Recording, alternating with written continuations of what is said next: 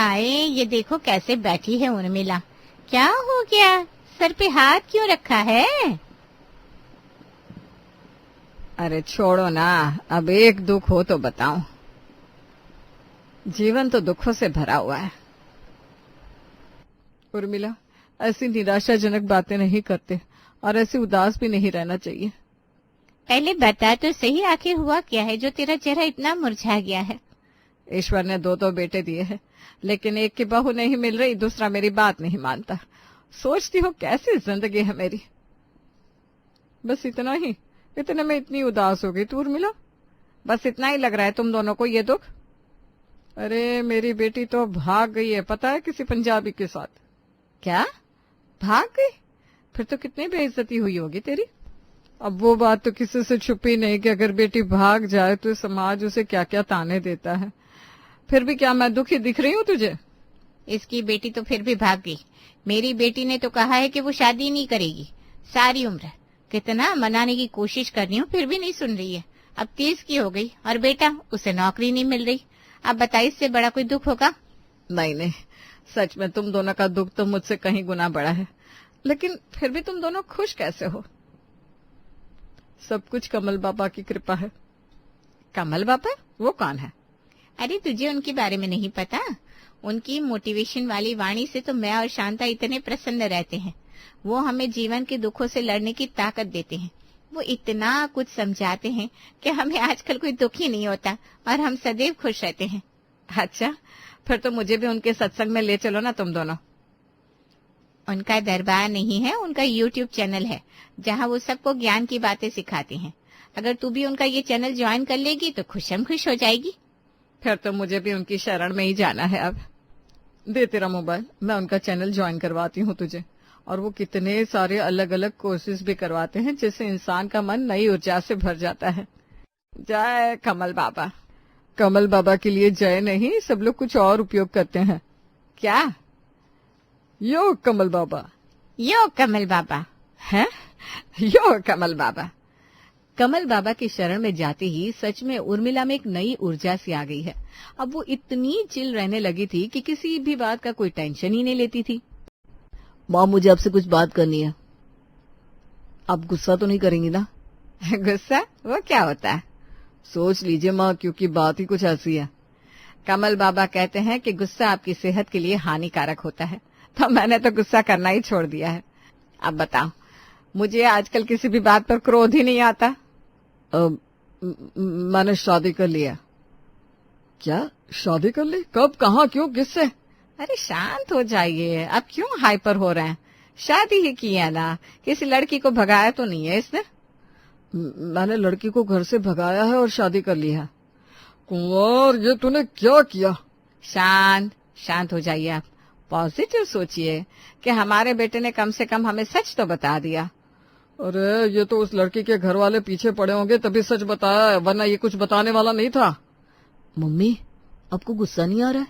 नहीं, कमल बाबा की शरण में जाने के बाद मुझे क्रोध पर नियंत्रण करना आ गया है। फिर तो मुझे भी कुछ कहना है आपसे मम्मी। हाँ हाँ बोलो रोहन। देखा नहीं मैंने तुम्हारी भाई की प्रॉब्लम को कैसे हल किया? मेरी बात सुनकर शायद आपको गुस्सा आ जाएगा। नहीं नहीं, क्रोध सेहत के लिए अच्छा नहीं है। चलो बताओ। वो मैंने ना मामा जी से कुछ पैसे लिए हैं। बस? अब मेरे भाई से कुछ पैसे भी ले लिए थे तो? 10 लाख लिए मम्मी। क्यों? हे भगवान, मुझे चक्कर आ रहे हैं। 10 लाख का किया क्या बेटा? बिजनेस में डाले हैं। देखिए, बिजनेस के लिए लिए थे और प्रॉफिट मिलते ही जो डूब गया, और वो 10 लाख रुपए भी डूब गए बिजनेस के साथ। रोहन? हाँ, आपने तो कहा था गुस्से पर कंट्रोल पा लिया है मम्मी। उर्मिला ने जब से कमल बाबा का चैनल ज्वाइन किया था तब से उसमें कई सारे बदलाव आए थे। अब वो और भी ज्यादा मोटिवेट फील करने लगी थी। वो हर चीज को उत्साह से करने लगी थी और उसने अपनी बहू का स्वागत भी कुछ इसी तरह से किया। माँ, भैया भाभी की आरती उतारनी है, आप ये क्या लाई है? अरे सब लोग दिए से आरती उतारते हैं, मैं फूल जड़ी लाई हूँ अपने बेटे और बहू का स्वागत करने। कमल बाबा कहते हैं कि सदैव कुछ अलग करना चाहिए, जो सब करते हैं उनसे कुछ अलग। इसलिए मैं कोशिश करती हूँ कि मैं कुछ अलग करूँ। इस फुल झड़ी से मैं इनका स्वागत करूंगी। भाई ने शादी भी तो अलग तरीके से किया ना, भागते हुए। चुप कर, मैंने तो फिर भी भागते हुए किया। तू तो मुझे लगता है जेल में ही करेगा शादी। सारे के सारे पागल मेरे ही घर में देने थे भगवान को भी।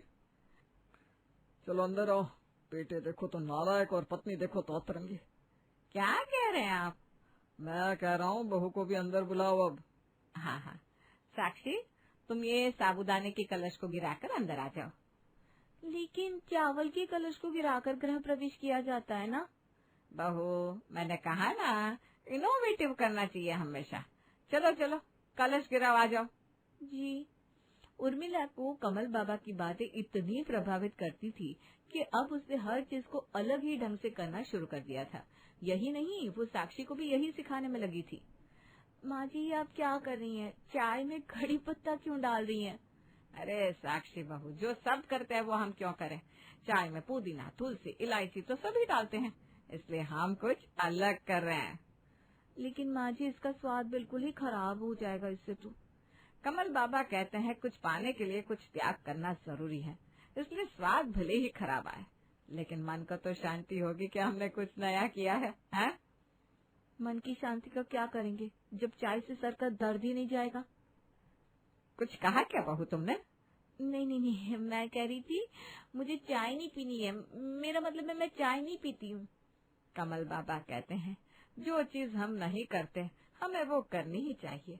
तुम चाय नहीं पीती हो तो आज से तुम्हें पीनी ही पड़ेगी ये कड़ी पत्ते वाली चाय। कहाँ फंस गई मैं? छोटी मोटी चीजें तो फिर भी ठीक थी, लेकिन हद अब धीरे धीरे पार होने लगी थी जब साक्षी के खाने में भी उर्मिला उससे एक्सपेरिमेंट करवाने लगी थी। भाभी कल आपने बैंगन का भरता सच में बहुत अच्छा बनाया था, मेरे सारे दोस्तों को बहुत पसंद आया। Thank you. आज मैंने पराठे, नारियल की चटनी और बड़े बनाए हैं, खा के देखो ना। तुमने बनाया तो अच्छे होंगे। नारियल की चटनी तो बहुत अच्छी है साक्षी, मैं तो इसे रोज खा सकता हूँ। यही तो बात है, इसीलिए तो आप पीछे रह गए। किस लिए? ये नारियल की चटनी की वजह से पीछे रह गया मतलब? अरे क्योंकि आपको जीवन में कुछ उत्साह भरा चाहिए ही नहीं, आप बस अज्ञानता के अंधेरे में घिरे हुए हैं, चले जा रहे हैं एक ही रास्ते पर चले जा रहे हैं। अरे थोड़ा सा सरल भाषा में बोलो ना, ये चाइनीज भाषा हमें समझ में नहीं आती उर्मिला। पापा यह सिक्सर मारा है। सब अज्ञान है यहाँ। अब तुम्हें परतों से नारियल की चटनी से क्या दिक्कत हो गई भाई, जो सबको अज्ञान कह रही हो? आपके अंदर वो जोश ही नहीं है कुछ अलग करने का, कुछ नया खाने का, कुछ नया जीतने का। बस वही हमेशा वाली नारियल चटनी खाकर खुश हुए जा रहे हो सब लोग। लेकिन मम्मी नारियल चटनी सच में बहुत अच्छी लगती है, अब उसमें नया क्या कर सकते हैं? बहू तो एक काम करना, कल ना आटे की चटनी बनाना और नारियल के पराठे, तभी तो होगा कुछ नयापन। माँ जी आटे की चटनी यानी गीला आटा होता है, आप चाहती है कि हम आटे की चटनी खाएं? अरे मुझे तो सुनकर ही कुछ हो रहा है उर्मिला। हाँ कल मैं बनाऊंगी आटे की चटनी और नारियल के पराठे। मैं कुछ दिनों के लिए अंडरग्राउंड होने की सोच रहा हूँ पापा। अरे जहाँ भी जाए मुझे साथ लेकर चलना, गीला आटा खाने से अच्छा है कि मैं भूखा ही रह लूं। और इसीलिए तुमने भागकर शादी की थी मुझसे? फिर से भाग चली क्या? आटे की चटनी की बात सुनते ही पूरे परिवार में अब डर का माहौल सा छा गया था। न जाने उर्मिला अब क्या क्या करने वाली थी, क्या खिलाने वाली थी। पापा मम्मी को रोकना पड़ेगा, अब तो वो हद ही पार कर रही है। और तूने जो 10 लाख का नुकसान किया था वो हद पार नहीं की थी क्या? इसका मतलब है पापा आप आटे की चटनी खाने के लिए तैयार हैं? नहीं, पर कुछ तो सोचना पड़ेगा। माँ जी आज मुझसे कह रही थी कपड़ा धोने की जरूरत नहीं है, आजकल सब कुछ सूरज की मदद से कर सकते हैं, इसलिए कपड़ों को डायरेक्ट धूप में रख दो, अपने आप साफ हो जाएंगे। तभी मैं कहूँ मुझे खुद में से इतनी बदबू क्यों आ रही है? मैंने सुबह से 4 बार परफ्यूम लगाया।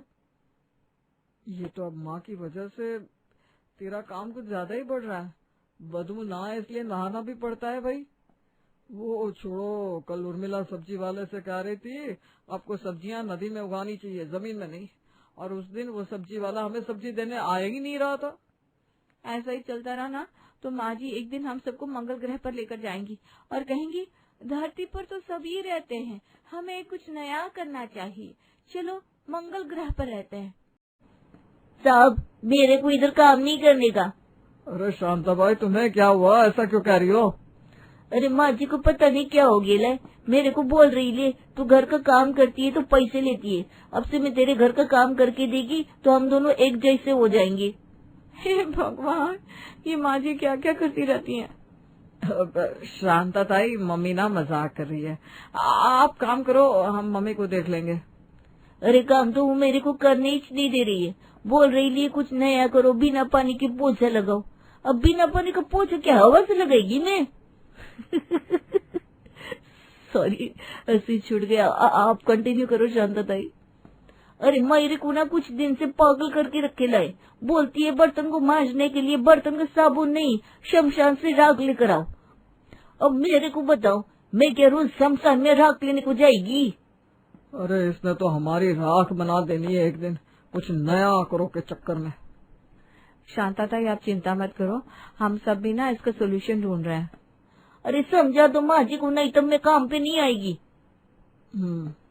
देखा पापा जी, वो सबके साथ ऐसा ही कर रही है, सब्जी वाले, काम वाले, दूध वाले, सबको भगा रखा है। भाभी दूध वाले को क्या कहा था मम्मी ने, जरा बताओ तो। तुझे यहाँ कहानी सुननी है? क्या कहा था बताओ तो। अरे इस चीज का हल ढूंढो कि मम्मी को इस चीज से कैसे हटाना है। मम्मी को भूत भगाने वाले के पास लेकर चलते हैं क्या? वो बाबा ना भूत भगा देंगे। मुझे कोई शक नहीं है। पता है रोहन कि तूने 10 लाख क्यों गवाए हैं? क्योंकि जिस तरह की तेरी हरकतें हैं ना, उस तरह तू कुछ भी कर सकता है। भूत भगाने वाला बाबा, पागल है क्या? बाबा, कमल बाबा, यही नाम लेती रहती है ना उर्मिला? हाँ पता नहीं कमल बाबा क्या ही करते रहते हैं, क्या ज्ञान देते हैं कि माँ जी हमेशा ही यो कमल बाबा करती रहती है। इस कमल बाबा का पर्दाफाश करना पड़ेगा, क्योंकि जब तक ये नहीं होगा तब तक उर्मिला को कुछ समझ में नहीं आने वाला। लेकिन कमल बाबा का पर्दाफाश करेंगे कैसे? वो कुछ गलत तो नहीं कर रहे हैं? हाँ पापा जी, वो तो बस अपना चैनल चला रहे हैं, हम कैसे उनको गलत साबित कर सकते हैं?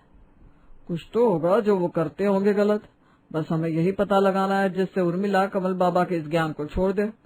कमल बाबा से पीछा छुड़वाने के लिए सब लोग सोचने में लग गए कि आखिर उर्मिला इतना क्यों उनके ज्ञान को सुनती है। ऐसा क्या था जो उर्मिला हर दिन कुछ नई चीज लेकर आ जाती है? उर्मिला, कल तुम शॉपिंग पे गई थी क्या? मैं नहीं तो क्या, मैंने तो आपसे कुछ पैसे भी नहीं मांगे। क्या हुआ पापा? मेरे अकाउंट से 30,000 रूपये कट गया। मुझे लगा उर्मिला ने लिए होंगे, लेकिन वो तो मना कर रही है, तो फिर मेरे अकाउंट से पैसे कटे कैसे? माँ जी आपने शायद ऑनलाइन कुछ लिया होगा, तभी तो पैसे कट गए। अरे मैंने कुछ नहीं लिया है तो पैसे क्यों कटेंगे? कहीं आपके साथ कोई स्कैम तो नहीं हुआ पापा? अरे लेकिन कौन कर सकता है ऐसा? अरे उर्मिला, हमारे साथ धोखा हुआ, धोखा। अरे शांत हो जा, शांत हो जा। कमल बाबा क्या कहते हैं कि हर प्रॉब्लम का सोल्यूशन शांति है। अरे भाड़ में गए कमल बाबा, उन्होंने कहा था उनके चैनल को ज्वाइन करके केवल 30 रुपए लगते हैं, लेकिन हमारे अकाउंट से 30,000 रूपये कट गए। अब उन्होंने अपना चैनल भी गायब कर दिया है। हमारे साथ तो स्कैम कर दिया उन्होंने, जो कमल बाबा कहते हैं वो सच में यो हो गए हैं। क्या? लेकिन तुम दोनों ने तो कहा था कि वो महान आत्मा है। तुम्हारे वो महान आत्मा फ्रॉड ही निकले। अब न जाने कितने लोगों के पैसे खाए होंगे उन्होंने। देखा मम्मी, कुछ नया करो कह रहे थे ना, आपके साथ एक नया स्कैम करके चले गए वो। अब बोलो जय कमल बाबा। अरे जय कमल बाबा नहीं, यो कमल बाबा। हाँ हाँ बोलो ना, यो कमल बाबा। तुम दोनों की वजह से तो मैंने उनका चैनल ज्वाइन किया था। हम भी बहुत स्ट्रेस में रहते थे, तभी तो उनको सुनते थे। कमल बाबा जैसे लोग इसी बात के मौके की तलाश में रहते हैं कि लोग उनसे अपने दुख और परेशानी शेयर करें, जिससे वो उनका फायदा उठा सके। इसीलिए हमें ऐसे फ्रॉड बाबाओं से दूर रहना चाहिए। इससे अच्छा तो मैं पहले ही थी, इनकी वजह से तो मैं और डिप्रेशन में चली गई। अब ऐसा समझ लो कि तुम्हें सबक मिल गया कि ऐसे लोगों के झांसे में नहीं आना चाहिए।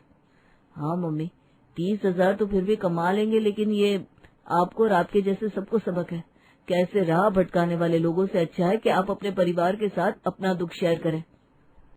हम भी ये बात समझ गए। अब इसीलिए मुझे जैसे ही कमल बाबा के बारे में पता चला, मैंने सोचा कि इस बार मैं कुछ अलग करूंगी। और फिर मुझे आधे माँ के दरबार के बारे में पता चला। आधे माँ? वो कौन है? अरे वो हमारे सारे दुखों को आधा कर देती है, इसलिए तो उन्हें आधे माँ कहते हैं। जय हो आधे माँ की। हाँ भाई, वो दुखों को आधा कर देंगी और तुम्हारे बैंक बैलेंस को भी। एक से पीछा छूटा नहीं, और किसी को ढूंढ रहे, बोलो। यही प्रॉब्लम है हमारे देश की। नहीं नहीं नहीं, आपसे कुछ नया नहीं करेंगे। नारियल की चटनी ही बेस्ट है। चलो, आटे की चटनी से तो बच गए हम। नीरज और मंजू के बेटे दीपक की शादी हो रही थी। नीरज के हाथ में हमेशा एक डायरी और पेन होती है। शादी में आए मेहमान खाना खाकर डस्टबिन में अपनी अपनी प्लेट रखते हैं। नीरज डस्टबिन में रखी प्लेटों को गिनने लगता है। 1 2 3 4 50 60।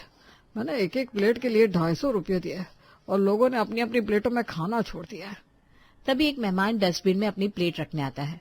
अरे भाई साहब, आपकी प्लेट में अभी भी खाना बचा हुआ है। नहीं भाई साहब, मैंने सारा खाना खा लिया। भाई साहब, आपकी प्लेट में गुलाब जामुन और पापड़ का आधा टुकड़ा अभी भी बचा हुआ है। इसे खा लीजिए, नहीं तो मेरे पैसे बर्बाद हो जाएंगे। अरे भाई साहब, ये आप कैसी बात कर रहे हैं? देखिए, आपको खाना तो पूरा खाना पड़ेगा। नीरज मेहमान को खाना खाने के लिए कहता है तो मेहमान वहां से भाग जाता है। नीरज के हाथ में एक डायरी और पेन थी। वो अपनी डायरी खोलकर उसमें लिखता है, 50 प्लेट का खाना बर्बाद। 50 प्लेट के 250 रुपए के हिसाब से 1,25,000 रुपए हुए, जिसमें से 2,500 रुपए मेरे बर्बाद हो गए। नीरज ये सब अपनी डायरी में नोट करता है और कुछ बुदबुदा रहा है। या क्या कर रहे हैं? शादी में भी अपना वही बही खाता ले आए। आपने तो मेहमानों के सामने हमारी नाक कटवा दी। अब शादी पार्टी में तो खाना वेस्ट होता ही है। मैं किस तरह से जोड़ जोड़ कर पैसे बचाता हूँ तुम क्या जानो। मेरी यही बचत दिया की शादी में काम आएगी। आखिर दिया हमारी इकलौती बेटी है, उसकी शादी भी तो धूमधाम से करनी है और दहेज भी देना है। ये जो पैसे मैं बचा रहा हूँ, यही पैसा दिया की शादी में दहेज देने के काम आएंगे। आपसे तो बस बातें बनवा लो। दिया की शादी के लिए पैसे बचा रहे हैं। अरे दीपक भी हमारा इकलौता बेटा है, उसकी शादी में दिल खोल कर खर्चा क्यों नहीं करते? मैंने दीपक की शादी में दिल खोल कर पैसे खर्च किया। अरे तो फिर ये डायरी लेकर क्यों घूम रहे हैं? मेहमान क्या कहेंगे? यही कहेंगे कि मैं एक एक चीज का हिसाब रखता हूँ। नहीं, मेहमान आपको कंजूस कहेंगे। ये कहकर मंजू वहां से चली गई। सुनिए जी, आज बहू को लेकर मंदिर जाना है, गाड़ी की चाबी दे दीजिए। गाड़ी की चाबी का क्या करोगी? मैंने तो तुम्हें पैदल ही मंदिर जाते देखा है।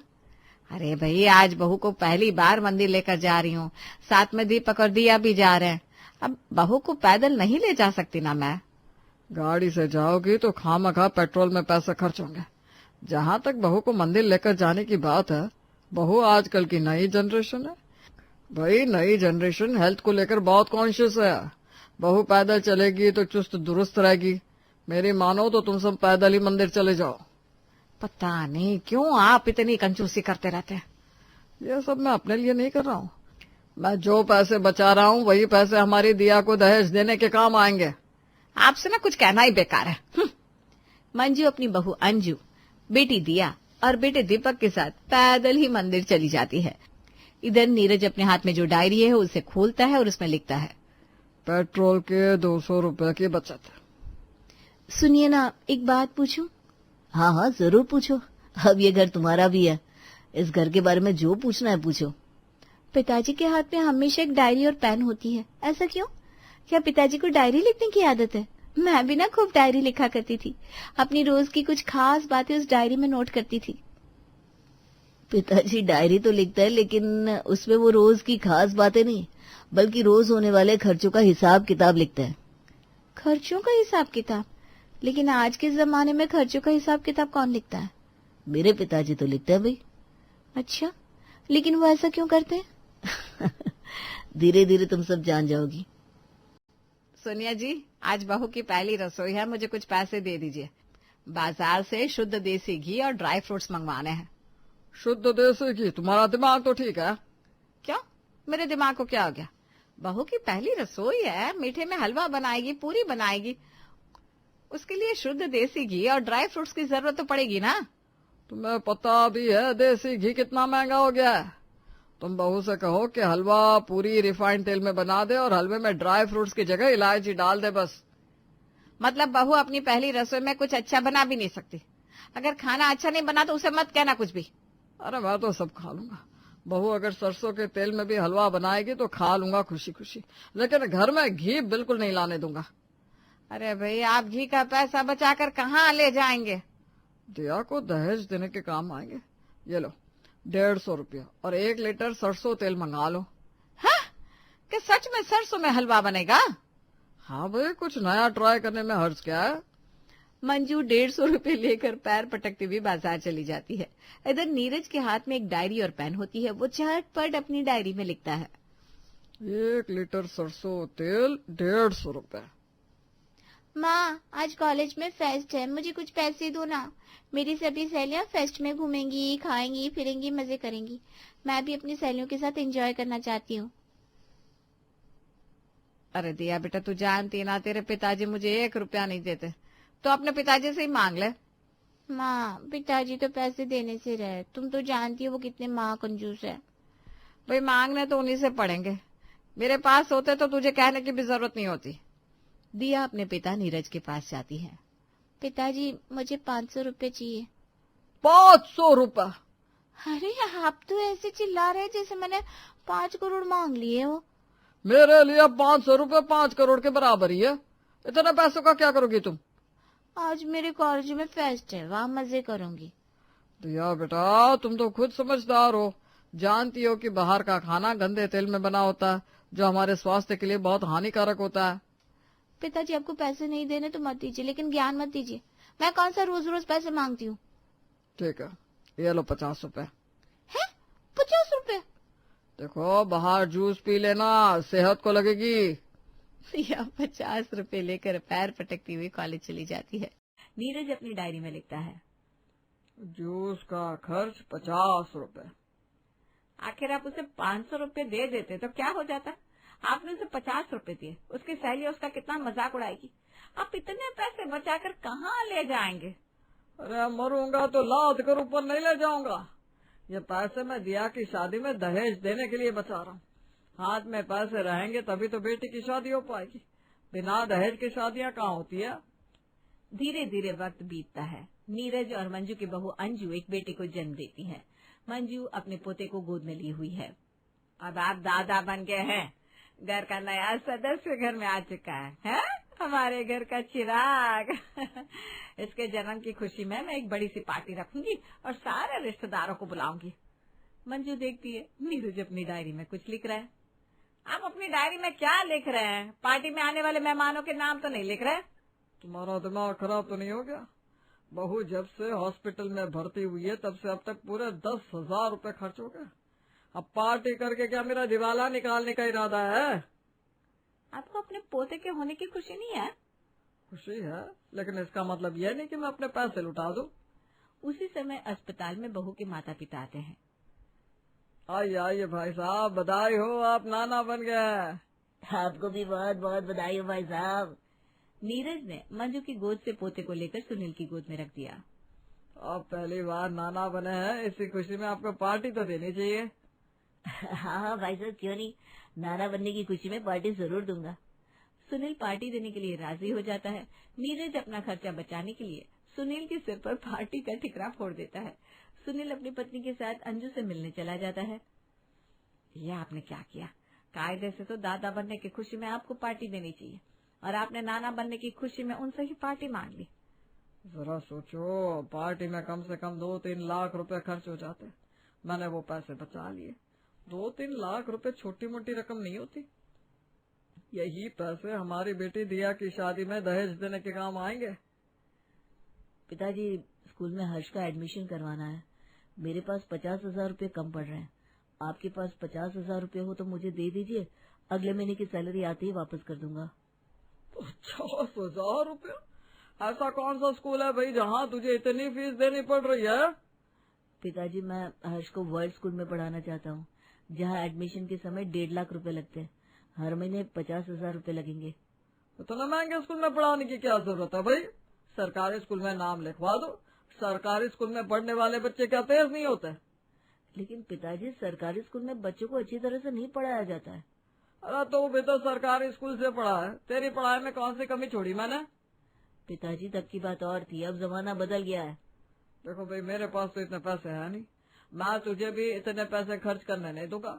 पैसे बचाना सीख, यही पैसे काम आएंगे। जरा मैं भी तो सुनूं। इकलौते पोते की शिक्षा दीक्षा से पैसे बचाकर आप कौन सा किला फतेह करा लेंगे? मैं क्या अपने लिए कर रहा हूँ?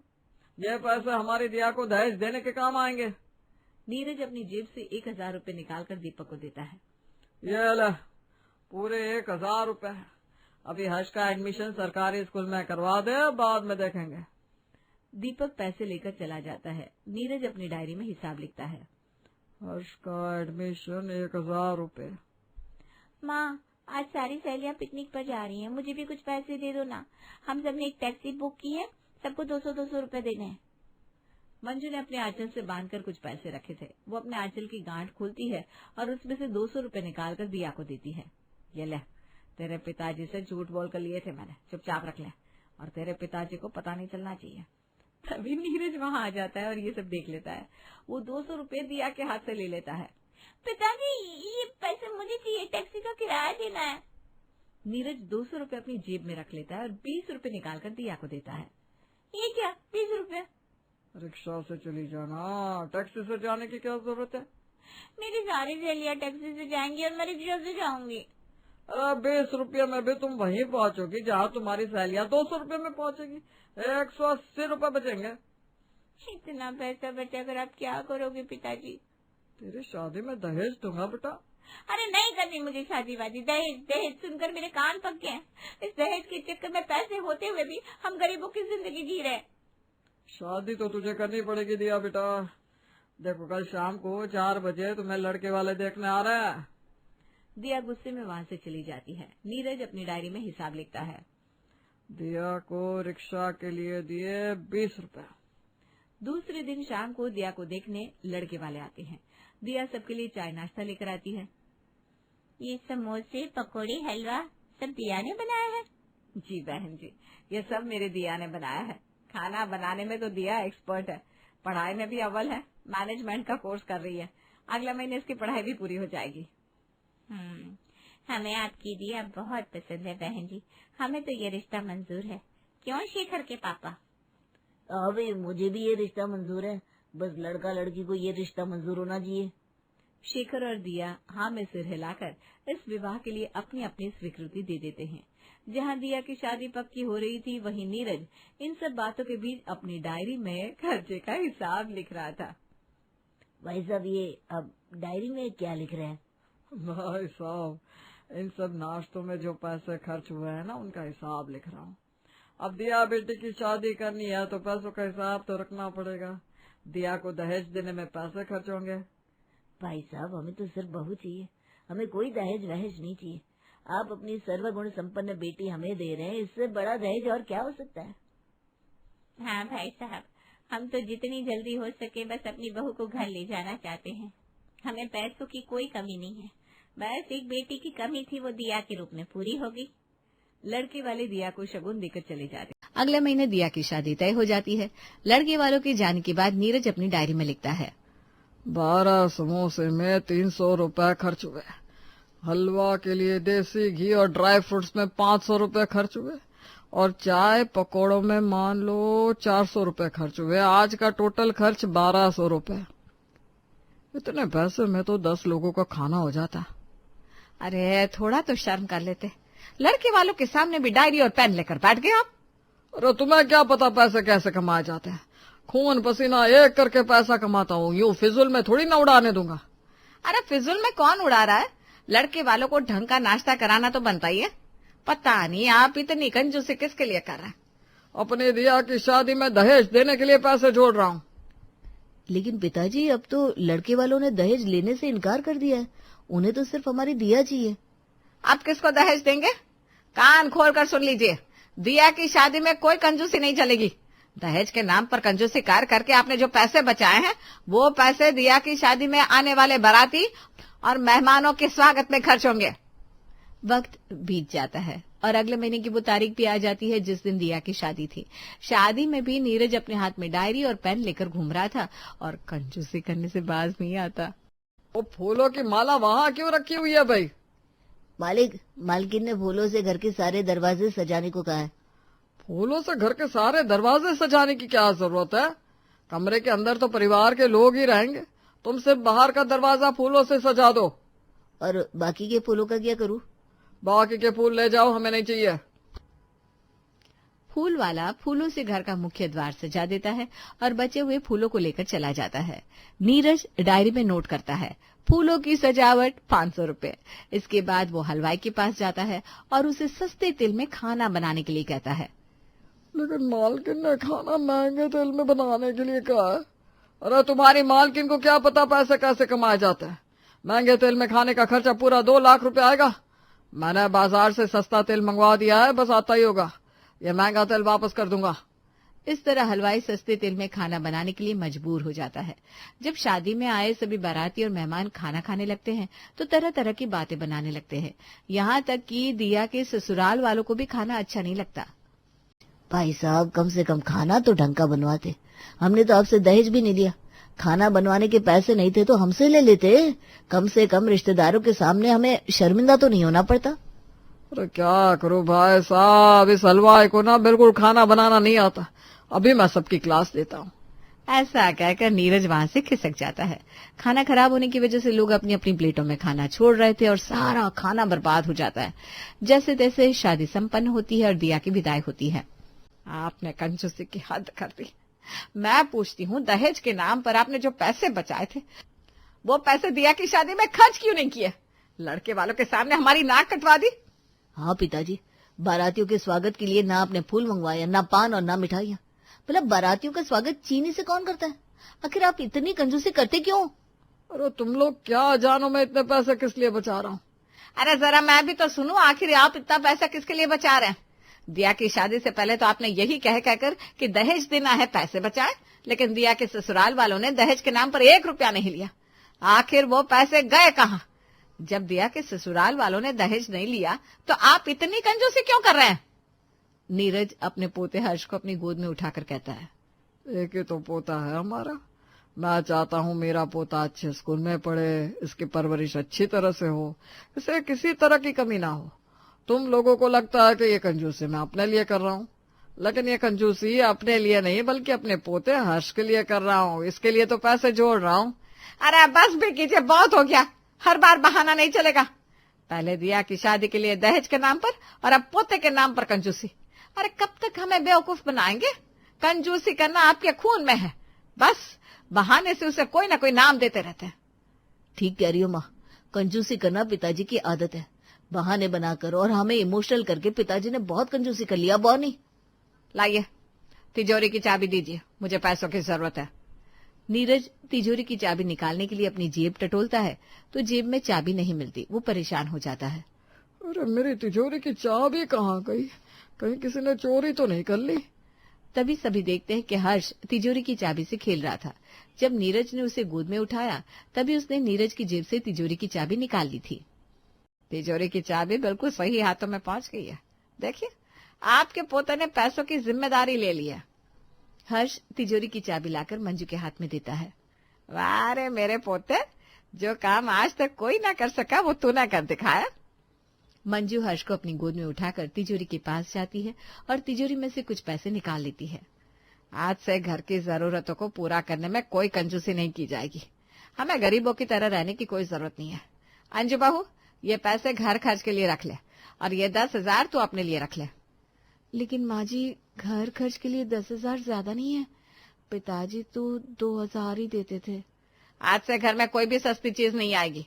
जरूरत के हिसाब से अच्छी चीजें आया करेंगी, क्योंकि अब तिजोरी की चाबी मेरे पास है। तभी नीरज अपनी डायरी में हिसाब लिखता है। घर खर्च के लिए 10,000, बहू के खर्च के लिए 10,000 रुपए। मंजू नीरज के हाथ से डायरी और पेन ले लेती है और तिजोरी में बंद कर देती है। आज से बही खाता लिखना बंद। ये डायरी और पेन अब तिजोरी से कभी बाहर नहीं आएंगे।